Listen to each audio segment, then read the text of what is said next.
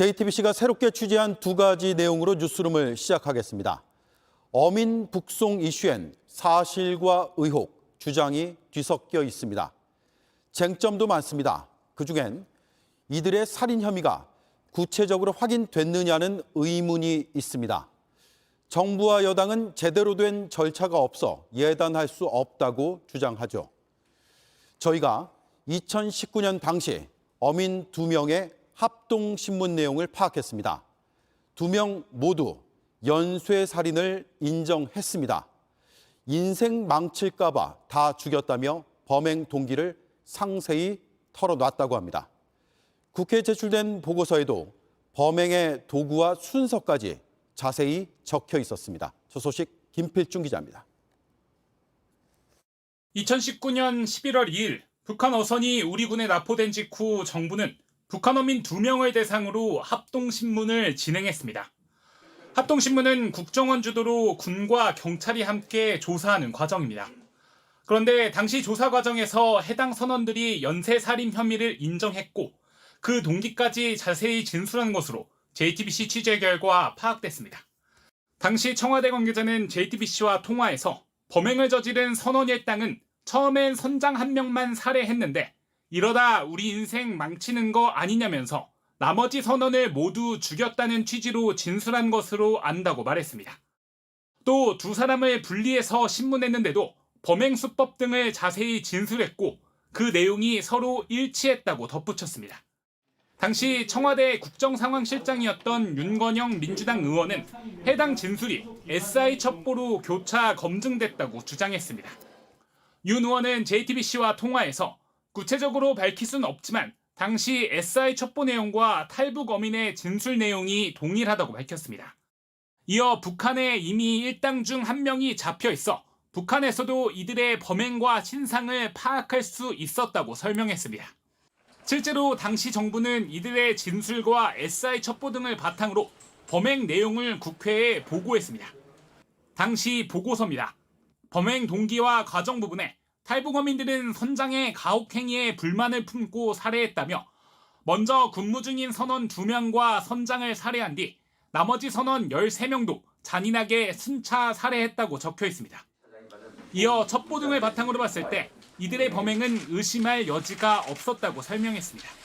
첩보와 2명의 분리신문 진술 결과 북한 반응이 모두 일치하여 이들의 범죄 행위에 의심할 여지가 없다고.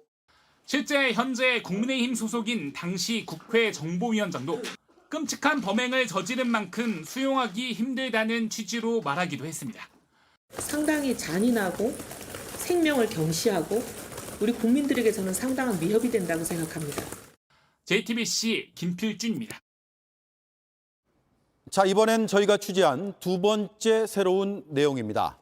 이렇게 어민들이 범행을 구체적으로 자백한 뒤에 우리 정부가 물증을 확보하려는 수사를 했는지가 궁금할 수밖에 없죠. 결론은 현재로선 그렇게 보이지 않는다는 겁니다.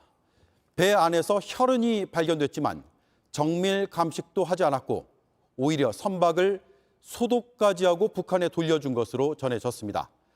불과 닷새 만에 빠르게 북송한 것에 대해 대통령실은 스스로 수사권을 포기한 이례적 사례라고 했습니다. 이어서 강희영 기자입니다. 북한 어민 2명은 2019년 10월 31일 선장 등을 살해한 뒤 배를 타고 도주했습니다. 이틀 뒤 우리 해군에 납포됐고 닷새 만에 북한으로 보내졌습니다. 이들에 대한 합동조사는 사흘간 이뤄졌습니다. 대통령실은 당시 이들의 귀순 의사가 명확히 있었다고 판단하고 있습니다. 그럼에도 단기간에 수사를 마친 건 이례적이라며 북송 사건의 주요 쟁점으로 보고 있습니다. 대통령실 관계자는 JTBC에 수사권을 스스로 포기한 것은 매우 이례적이라며 구속 상태에 있는 이들을 급하게 북한으로 보냈다. 통상의 업무 처리 방식이 아니라고 지적했습니다.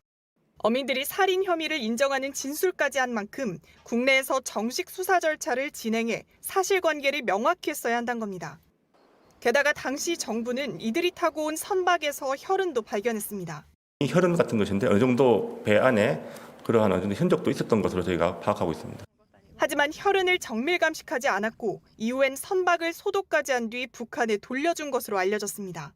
이 때문에 여권에선 강제 북송을 하면서 증거 인멸까지 했던 주장까지 나옵니다. 대통령실은 이런 과정이 명백한 수사권 포기 행위라고 보고 그 배경에 당시 청와대 윗선의 지시가 있었다고 판단하고 있습니다. 한 고위 관계자는 내부 조사가 보통 2주 걸리는데 그 기간을 2, 3일 내로 끝냈다며 이미 다 결론이 나 있었기 때문에 지시가 획일적으로 내려간 것이라고 했습니다. 이 때문에 수사권을 포기하면서까지 단기간에 북송을 한 이유가 무엇인지 조사가 필요하다는 입장입니다. 결국 수사 과정에서 수사 대상의 범위가 가장 윗선인 문재인 전 대통령까지 향할 거란 관측도 나옵니다. JTBC 강연입니다. 네, 이 사안에 대해서 민주당은 대통령실이 문재인 정부 흠집내기의 총감독이라고 했습니다. 국민의힘이 말한 국정조사와 특검은 대통령의 지지율이 떨어져 국면 전환용으로 꺼낸 거라고 주장했습니다. 이희정 기자입니다. 민주당은 여권이 문재인 정부를 흠집내기 위한 안보 장사를 하고 있다며 윤석열 대통령을 정조준했습니다. 용산 대통령실이 총감독으로 나서서 정권에 대한 문재인 정부에 대한 흠집내기 작전으로 보입니다. 그러면서 국정조사와 특검이 필요한 건 문재인 정부가 아닌 대통령실이라고 맞받았습니다. 대통령이 수사의 가이드라인을 제시하고 기다렸다는 듯이 검찰은 국정을 압수수색합니다. 이 각본의 배후가 누구인지는 철저하게 밝혀내야 된다고 생각합니다. 민주당은 당시 북송을 결정한 건 범죄인 인도 차원이었다고 주장하고 있습니다. 이 사건은 그리고 명백히 16명의 어민을 살해하고 넘어온 흉악범들 아닙니까? 순수한 의미의 귀순으로 보기 좀 어려워서 범죄인 인도 차원에서 북송한 건데. 또 국민의힘이 북송 당시엔 왜 아무 말도 하지 않았느냐고 되물었습니다. 그렇게 반인도적이고 반인륜적인 범죄 행위면 그때 북송했을 때 왜 가만히 계셨어요? 이제 와서 문제를 제기하는 걸 보면 정략적이라고 볼 수밖에 없잖아요. 대통령 지지율이 30%대로 떨어지자 국면 전환을 위해 국민 관심을 다른 쪽으로 돌리려 한다는 주장입니다. 또 북송 당시 사진을 공개한 통일부를 향해서도 장관이 바뀌었다고 번복시키는 것이 공무원들을 괴롭히는 것이라고 지적했습니다. 군 출신인 민주당 김병주 의원은 이들의 귀순 의사의 진정성이 없고 증거가 없어 처벌이 어려웠다는 점을 거듭 강조했습니다. 여소야대 구도 속에 여당의 국정조사 카드는 사실상 통과되기 힘들 것이란 전망이 나오는 가운데 민주당은 다음 주 통일부 항의 방문도 검토하고 있습니다. JTBC 이희정입니다.